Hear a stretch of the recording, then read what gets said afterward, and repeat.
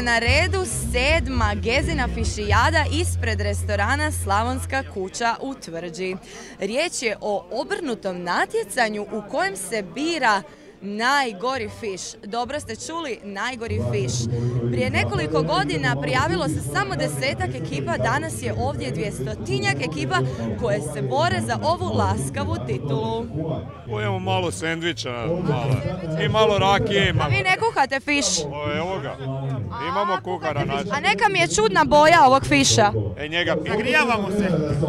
Zagrijavate se, ali mislim, nije da ga znam kuhati, ali ovo je neki bijeli fiš, ha? Sad je stavljena paprika prije 2 sekunde, tamo se još voda grije, a onda kad se to ugrije, prokuha, onda ide riba. A koji je sastojak najgoreg fiša? Najgoreg fiša? Postoji li neki tajni? Biti srdela i to dimljena. Dakle, ovdje će biti fiš od dimljene srdele, ali naravno ovo kuhanje se mora i zaliti sa nečim, jel tako? A ništa, ajde. Živjeli?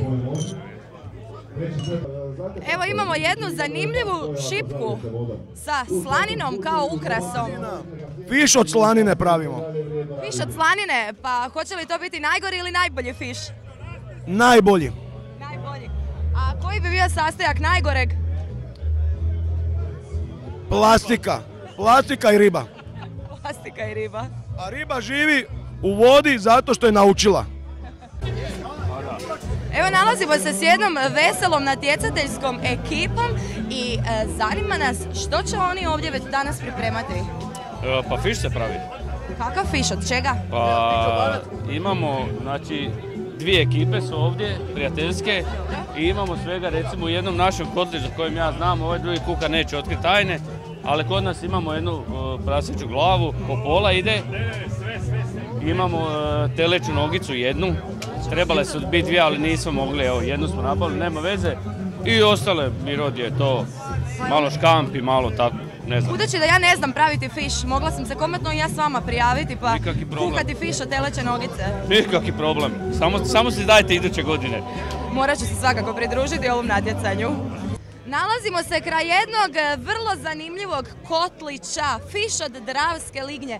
Gospodine, kako ste uspjeli uloviti dravsku lignju? Teško, bilo je jako naporno, cijelu noć smo lovili, jedva smo uhvatili da možemo danas napraviti. Bila velika? Ogromna je, dobro, jedva, ali je super, prava dravska, takih nema na moru. Takvih nema na moru? Nema sigurno. Ja vjerujem da će biti uspješno, moće jesti mala djeca jer nema ovih krupnih kostiju. Tako da će biti ono, super će vidjeti. Nalazim se sa cijenjenom gospodom, poštovanim žirijem ovog zahtjevnog natjecanja. Dobar dan.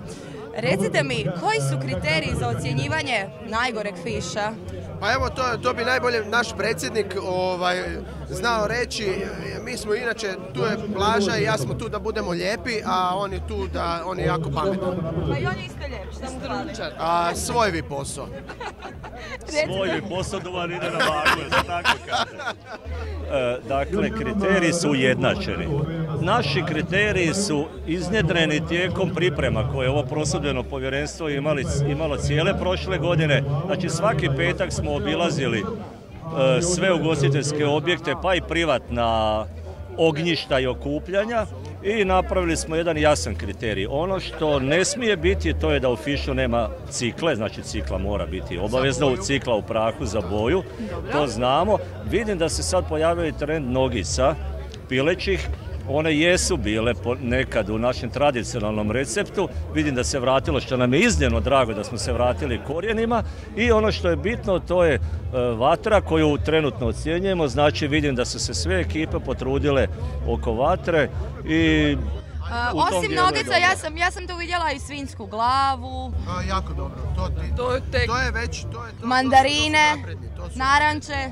Dakle, to su ovi napredni. Samo je nebo granica. Recite mi, što je zabranjeno na ovom natjecanju? Zabranjeno? Zabranjeno. Skuhat. Kao prvo plin. Plin, već smo podijelili 2 žuta kartona. Pogledali smo jedanput i VAR. I VAR je isto pokazao da je to. Nedvojbeno, da. Postoje čak i sinonimi za to, ali nećemo sad. I zapravo... Ne valja kuhat dobro, jer dobro nije dobro. I dobro je zapravo samo dobro. Evo, nadamo se samo da ćemo biti dobro svi mi sutra nakon što kušamo sve te fiševe. Nadam se da nećemo. Sa mnom je organizator ovog neobičnog natjecanja, gospodin Tomislav Barić. Dobar dan. Evo, jedno kratko pitanje na početku. Recite nam, Geza Gudlind, ko je bio Geza Gudlind za one koji ne znaju? A vi malo mlađi ne znate ko je bio Geza Gudlind, to je bio vrhunski osječki kuhar, gastronom, inovator i veliki vicmaher. On je radio u životu, koliko sam uspjela saznati, nekako onako malo neobičajene stvari i sve obratno, pa zapravo povodom toga je i ovaj neobičan događaj najgori fišo umjesto najboljeg. Jasno, Gezina parola je bila svima svega i sve naopako i kako je on radio sve naopako. Ja sam bio njegov učenik i 10 godina sam s njim imao čast surađivati, pa smo njemu u čast prije 7 godina napravili nas 10-ak se skupilo da obilježimo njegovu godišnjicu smrti i kako ćemo da bude posebno i bude za najgori fiš.